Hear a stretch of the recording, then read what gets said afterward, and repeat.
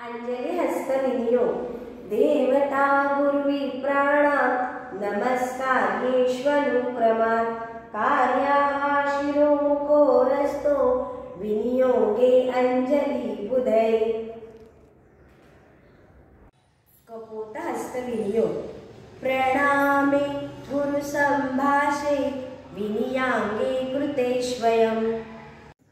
कर्कट हस्तविनियोग संभगमने तुंडदर्शने शंखपूरणे अंगानां मोदने शापोन्नमने च युज्यते।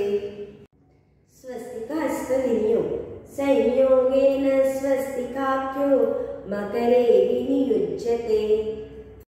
डोला हस्तविनियोग नाट्यारंभे प्रयोक्तव्य इति नाट्यविदो विदुः। पुष्पकूट हस्तविनियोग निरांजनाविधौ वारीफलादिग्रहणेऽपि च सन्ध्यायाम् अर्घदाने च मन्त्रपुष्पे च युज्यते। सर्गहस्तविनियोग आलिङ्गने च लज्जायाम् अङ्गदादिप्रदर्शने बालानां शिक्षणे चायम् उत्सङ्गो युज्यते करः। शिवलिंग हस्तविनियोग विनियोगस्तु तस्यैव शिवलिंगस्य दर्शने। कटकावर्धन हस्तविनियोग पट्टाभिषेके पूजायां विवाहदिशि युज्यते। कर्दली स्वस्तिक हस्तविनियोग शाखासु चाद्रिशिखरे वृक्षेषु च नियुज्यते।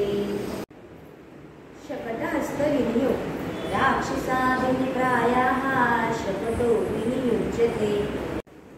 शंख हस्तविनियोग शंखादिषु प्रयोज्याय नित्याहुर्भरतादयः। चक्र हस्तविनियोग चक्रहस्तासु विघ्नेश चक्राग्रे विनियुज्यते। संपुट हस्तविनियोग वस्त्राचारे संपुटे च संपुटकरकिरीटः।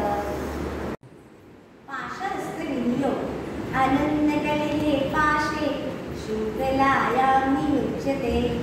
तिलक हस्तविनियोग स्नेहेन मानिलापे च तिलको विनियुज्यते।